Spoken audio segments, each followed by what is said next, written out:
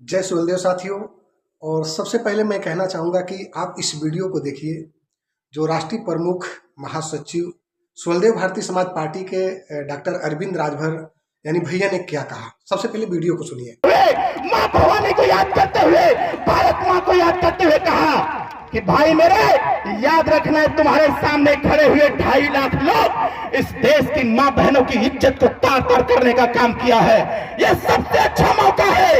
इस बार अगर युद्ध हो गया तो आर पार का होना चाहिए। और राजा सुहेलदेव राजभर जी ने महाभारत से भी बड़ा महायुद्ध लड़ करके इस देश को बचाने का काम किया। और जब निकले मैदान में राजा सुहेलदेव राजभर, एक हाथ में 85 किलो की तलवार और दूसरे हाथ में भाला लेकर के निकले। उनका घोड़ा जो था, चेतक उनका घोड़ा था, उनका घोड़ा उनके दिल और दिमाग से चलता था। इस देश के पहले ऐसे राजा सुहेलदेव राजभर जी थे जिनके घोड़े में लगाम नहीं था। साथियों, उनका घोड़ा राजा सुहेलदेव राजभर जो सोच लेते थे, उनका घोड़ा वही करने के लिए तैयार हो जाता था। और राजा सुहेलदेव राजभर उस विदेशी आक्रांता के बीच। तो साथियों, आप लोगों ने सुन लिया होगा कि डॉक्टर अरविंद राजभर। सबसे पहले आज मैं जो वो लोग टिप्पणी करते हैं उनको मैं बताना चाहूँगा कि डॉक्टर कौन लगाता है। तो भैया साहब, डॉक्टर कोई नहीं लगा लेता। लोग कहते हैं, लिखते हैं डॉक्टर अरविंद राजभर, तो जो डॉक्टर का डिग्री लिया रहेगा, जो डॉक्टर की पढ़ाई किया रहेगा, वो डॉक्टर लगाएगा। सारे लोग थोड़ी लगाते हैं डॉक्टर। तो पहले तो ये सोच लीजिए आप लोग। और दूसरा बात ये कि राजनीति बहुत लोग कर रहे हैं, बहुत पार्टियां आई और बहुत पार्टियां गई। बहुत हमारे समाज के नेता पैदा हुए, 8-8, 10-10 समाज के नेता। लोग कहते हैं कि ओम प्रकाश राजभर से और अरविंद राजभर के पहले बहुत हमारे राजभर के समाज के नेता थे।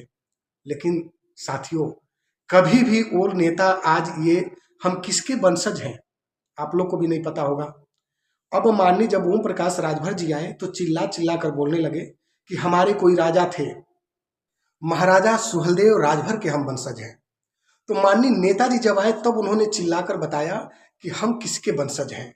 इसके पहले इतने नेता आए, इतने नेता गए, लेकिन कभी ये जिक्र नहीं किया। ना कभी हम लोग का इतिहास ही मिटाना चाहते थे, क्योंकि ये लोग जानते थे कि ये पढ़े लिखे नहीं हैं, ये अनपढ़ हैं, ईटा पथवा हैं, गांव की खेती गृहस्थी करने वाले लोग हैं, ये मजदूर हैं। इनको हम कैसे भी अभी मतलब कुचल कर रखेंगे। तो जितने लोग राजनीति करने के लिए आए बड़े बड़े, आज जो माननीय नेताजी पे जो लक्षण लगाते हैं, उठाते हैं कि ये समाज को बेचना चाहता है, ये समाज को ये करना चाहता है, ये समाज को एकदम यहाँ से रद्द करना चाहता है, बहुत तरह की बातें लोग करते हैं कि माननीय नेताजी मतलब एकदम समझिए कि समाज को बेच देगा। तो ऐसे ऐसे प्रकार के आज जो लोग बोल रहे हैं, तो मैं उनसे पूछना चाहूँगा और कहना चाहूँगा साथियों कि वो लोग इसके पहले कहाँ थे कि सबसे पहले वो समाज के बारे में हमारे बताए कि हम किसके वंशज हैं। कोई नाम नहीं लेता था कि महाराजा सुहेलदेव राजभर कौन थे। आज जब से माननीय नेताजी आए तो सारे लोगों को बीच में एकत्रित किए कि हम किसके वंशज हैं।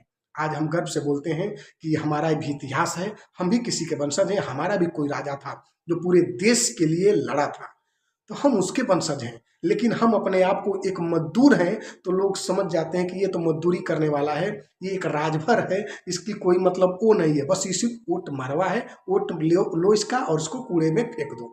हम उस प्रकार के गिने जाते थे। लेकिन ये देन है साथियों माननीय ओम प्रकाश राजभर जी का। आज जो मंच पे चिल्ला रहे हैं आप लोग के बीच में डॉक्टर अरविंद राजभर, इन लोग का देन है। ये एक समाज के हमारे समझिए एक भगवान पैदा होकर आए कि जो हमारे समाज को जगाने का कार्य किए और पिछड़े समाज में सब समाज को हक हिस्सा की आज बात कर रहे हैं। साथियों, अभी जिन्होंने संविधान बनाया डॉक्टर भीमराव अंबेडकर, कहा जाता है कि आज उनकी फोटो मैं देखता हूं। इसके पहले माननीय ओम प्रकाश राजभर जी जब से आए तो हमारे हर एक बैनर पे देखते हैं सुहेलदेव भारतीय समाज पार्टी का जो बैनर होता है उस पर कोने पे यानी डॉक्टर भीमराव अंबेडकर का पोस्टर रहता है जिन्होंने संविधान बनाया। लेकिन यहीं पे अदर विपक्ष की पार्टी होती है, एक बाबा साहेब की फोटो को नहीं लगाते हैं जल्दी। क्यों? लो कास्ट के थे, इसलिए उनका जिन्होंने संविधान बनाया उनका लोग पोस्टर नहीं लगाते हैं, ना कहीं एक फोटो उनका लगाते हैं किनारे। में देखता हूँ, बहुत देखता हूँ, उनकी जयंती होती है तो उनकी जयंती पे मना दिया जाता है, लेकिन कहीं भी इन लोग का जब भी चुनाव प्रसार का समय आता है तो बाबा साहेब का एक फोटो तक नहीं लगता है। तो बहुत तरह की ये बातें हैं साथियों। और साथियों, मैं क्या कहना चाहूँगा, अब तो 2027 का चुनाव आप लोग के सामने है, देख ही रहे हैं वीडियो में। और इसमें तमाम पार्टियां इस समय सुहलदेव भारतीय समाज पार्टी को देखते हुए विपक्ष पार्टी ने बनवा दिया है कि सुहलदेव भारतीय समाज पार्टी को जब तक हम पूर्वांचल से उखाड़ के फेंकेंगे नहीं तब तक हम सत्ता में राज नहीं कर पाएंगे। इसलिए उन्होंने पार्टी बनवा के और माननीय नेताजी के ऊपर तमाम तरह की टिप्पणियां लगवा रहे हैं और समाज का बेचने का हमारा कार्य तो ये लोग कर रहे हैं कि जो अनगिनत पार्टियां बना चुके हैं, जो अपने पैसों के लालच में, अपना पेट भरने के लालच में। माननीय 20 साल से नेताजी क्या किए आप लोगों को मैंने पहले वीडियो में बता दिया था कि एक पार्टी को बना के लेके चलने में बहुत समय लगता है। जिस तरह आज पार्टी से छोड़ के लोग 5 साल 10 साल में परेशान होकर चले जा रहे हैं कि माननीय नेताजी क्या किए, क्या कर रहे हैं, तो इसी तरह पार्टी को लेके चलने में बहुत समय लगता है और थोड़ा सा धैर्य रखना पड़ेगा।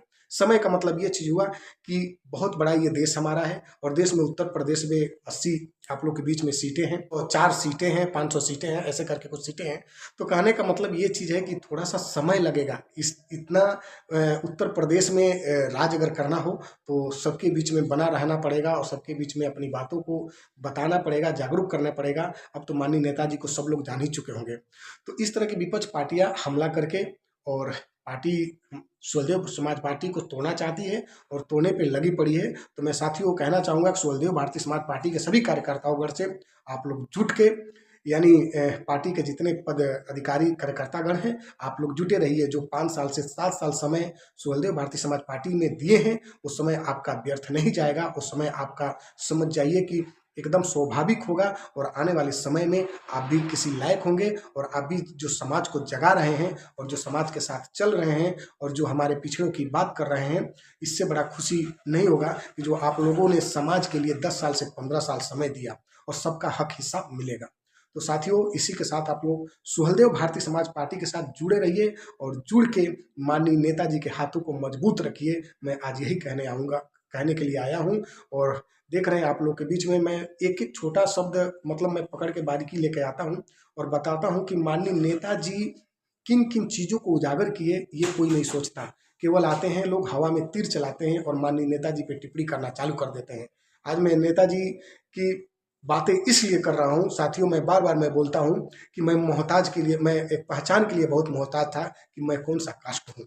आज उसी कास्टों को लेकर मैं आज नेताजी का मैं अभिनंदन वंदन करते हुए और सभी साथियों से कहना चाहूँगा कि अवैध समाज के लोगों, पिछड़े समाज के लोगों, जो सुहलदेव भारतीय समाज पार्टी है आपका हक हिस्सा दिलाएगा। और माननीय नेताजी इस समय जिस पद पे बैठे हैं, एक बात और कहना चाहूँगा कि जिस पद पे बैठे हैं, ए पदाधिकारी, ए कार्यकर्तागण, ए समाज के लोगों, आप लोग अपने गांव में जिस तरह माननीय नेताजी के साथ में आप लोग लगे हो, उसी तरह गांव में छोटा चुनाव हो या बड़ा चुनाव हो, या ग्राम प्रधान का चुनाव हो या क्षेत्र पंचायत चुनाव का हो या जिला पंचायत चुनाव हो, आप थोड़ा सा मजबूती बना के और हर एक चुनाव खुद लड़िए और नहीं तो किसी अपने भाई का जो हो, अपने भाई हो, अपना गाँव में जो भी कोई हो उसको लड़ाइए और नेताजी के हाथों को मजबूत करिए।